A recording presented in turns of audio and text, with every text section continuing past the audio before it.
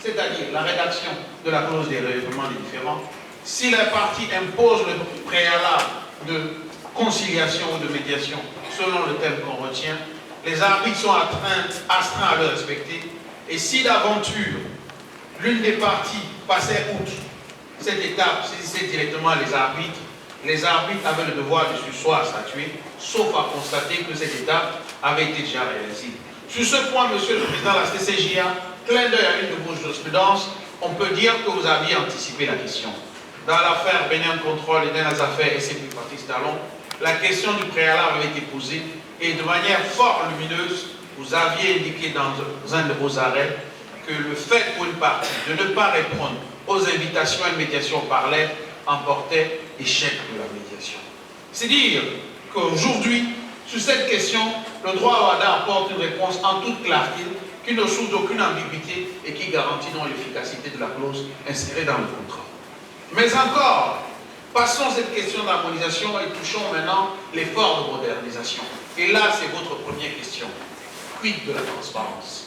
Pour mémoire, l'article 3.1 de l'acte uniforme sur l'arbitrage a consacré la possibilité de faire un arbitrage d'investissement en droit WADA. Il faut dire que cette innovation n'en constitue pas réellement une. Si elle apparaît dans les textes, les traités bilatéraux ou multilatéraux de certains États, entre eux, ou les États de WADA ou avec les États tiers, consacraient déjà la possibilité de saisir la CCJA. C'est notamment le cas du TBI franco-sénégalais ou encore d'un certain nombre de TBI signés par le Burkina.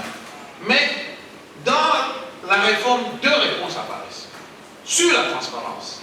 D'abord, il faut dire que l'article 14 du règlement CCJA n'impose pas la transparence, il offre aux parties la faculté d'y renoncer. Mais bien plus, et là, vous me permettrez de faire une excursion de droit comparé, petite allusion au droit français. À l'occasion de la réforme de 2011, le législateur français a supprimé la confidentialité pour permettre de s'harmoniser au courant relatif à la transparence. L'acte uniforme sur l'arbitrage, nulle part, n'impose la confidentialité.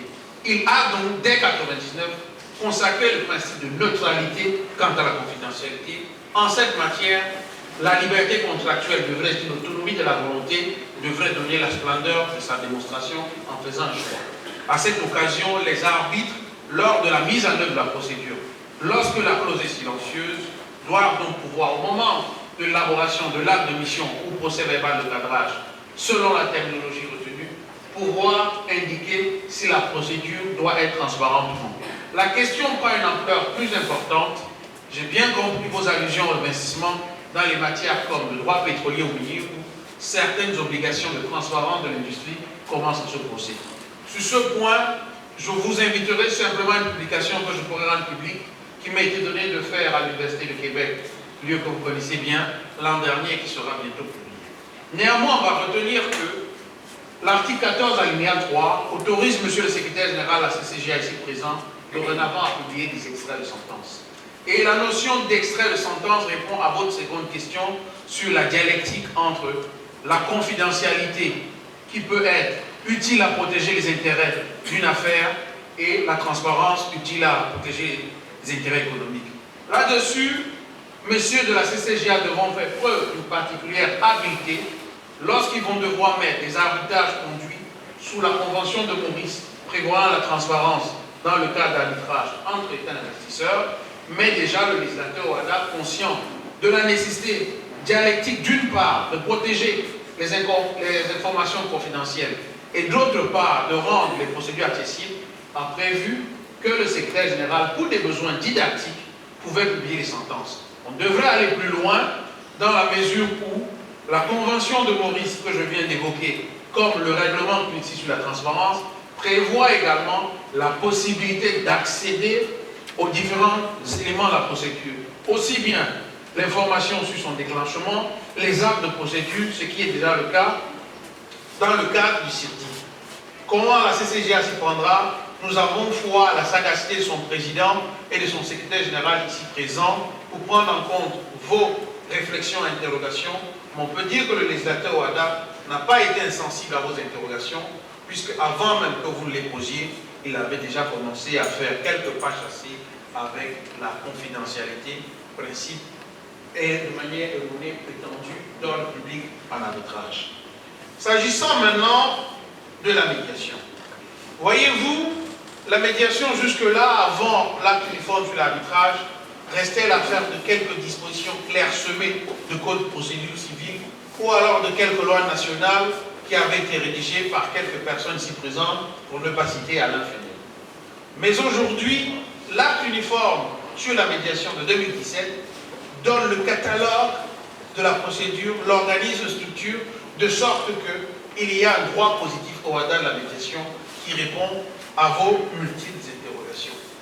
Ainsi, brossé rapidement au regard du temps qui m'est imparti, je pourrais donc vous dire que l'effort de simplification de la pratique des marques qui a habité le législateur WADA reposait sur deux principes essentiels.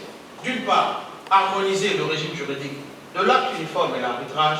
D'autre part, asseoir les principes essentiels qui garantissent la cohésion arbitrage-médiation et bien évidemment prendre en compte la transparence. Quid de l'efficacité? À vous entendre tout à l'heure, vous vous êtes interrogé sur la rapidité. À bon droit, chacun de nous qui a pratiqué les procédures d'arbitrage, c'est qu'aussi longtemps que nos étudiants qui sont là-haut, nous leur vantons les mérites de la célérité, elle peut souvent ne pas être au rendez-vous du procédure d'arbitrage. Néanmoins, on peut se féliciter, et de manière originale, que le législateur WADA ait pris la question, mais d'un double angle. Il l'a pris aussi bien sous l'angle de la célérité que sous celui de la loyauté procédurale. Alors, loyauté procédurale d'abord.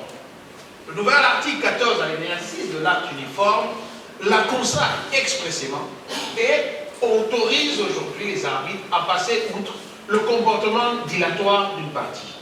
Mais bien plus, au-delà de cette loyauté procédurale orientée vers les parties, c'est les différents délais qui ont été imposés aux juges dont vous avez appelé la grande différence de nous arbitragistes et que nous admettons. Tout d'abord, le juge d'appui. Lorsque celui-ci est dorénavant invité à intervenir pour la désignation d'un arbitre, il ne dispose plus que de 15 jours. Lorsqu'il doit intervenir pour la récusation d'un arbitre, il ne dispose que de 30 jours. En enfermant ses actions dans des délais précis, on comprenait bien de manière explicite que le législateur WADA avait le souci de contourner la lenteur qui pourrait peser sur le juge judiciaire. Il ne s'agit pas de le mettre en accusation, il s'agit d'inspirer un mouvement. Et ce mouvement, il n'est pas limité à la phase arbitrale, il concerne le contentieux post-arbitral, c'est le juge du contrôle.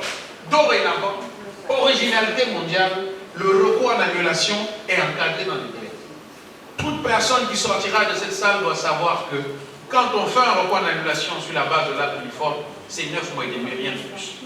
3 mois devant le juge étatique, s'il n'a pas statué, la partie dirigeante dispose de 15 jours pour saisir la CCJA et cette même CCJA dispose de 6 mois. Et c'est le même délai qui est prévu lorsque la CCJA elle-même intervient comme juridiction exclusive du recours en annulation. Ensuite, l'exéquature. Là-dessus aussi, le législateur WADA a pris la mesure des disparités de droit national. Certains droits étaient silencieux sur la question. Premièrement, il prévoit que l'exéquature est non contradictoire, ce qui empêche de faire perdurer la procédure. Mais bien mieux, il consacre une forme d'exéquature automatique. Le juge étatique dispose de 15 jours. Passé ces 15 jours, l'exéquature est réputée acquise. Il appartiendra seulement à la partie qui l'a sollicité d'aller voir le greffier pour la position de la formule exécutoire. Sinon, on ne peut nier que les rapports entre le greffier et son chef de juridiction peuvent justifier quelques difficultés. On ne peut pas se manquer de louer la sagacité du législateur en l'espèce. Mais encore, allons plus loin, parlons d'exécution des sentences et des accords de médiation. Sur l'exécution des sentences, on voit bien que cette exéquature tacite que je viens d'évoquer est un atout. Mais bien plus, dans l'acte uniforme de 99, aucune disposition ne régissait la renonciation au recours à l'annulation. Ces choses faites aujourd'hui, le régime est harmonisé entre le recours à l'annulation dans le cadre de l'acte uniforme et le règlement CCJA. Quelle en est la conséquence? Puisque le recours à l'annulation est suspensif, les parties peuvent, par anticipation, contourner l'effet suspensif de toute procédure en prévoyant la renonciation au recours à l'annulation sous réserve que la sentence ne soit pas contraire à l'ordre public international. Même si cette réserve de l'ordre public international peut justifier des interrogations dans la mesure, sera-t-elle soulevée à titre préjudiciel ou alors ne sera-t-il pas là un moyen détourné de revenir vers le recours qu'on avait refusé? On comprend la dynamique qui a animé le législateur. Et enfin, les accords de médiation. Encore une fois, le législateur Ouada l'annonce. Avant la convention de Singapour, le législateur Ouada a permis dorénavant l'exéquature des accords de médiation. Quand on sait qu'il n'existe pas, ou tout au moins la convention de Singapour n'est pas encore entrée en vigueur comme la convention de New York qui permet l'exécution des sentences arbitrales, le législateur Ouada avait posé les conditions. En résumé, si je devrais conclure mon propos, monsieur le secrétaire permanent, mesdames, messieurs, je devais vous dire que le législateur Ouada a brillé par sa lucidité. Lucidité au regard des questions que vous avez posées, lucidité au regard de l'environnement dans lequel il opère. Une seule chose maintenant, il nous appartient à nous praticiens de faire de la vérité textuelle une vérité factuelle. Je vous remercie pour votre aimable attention.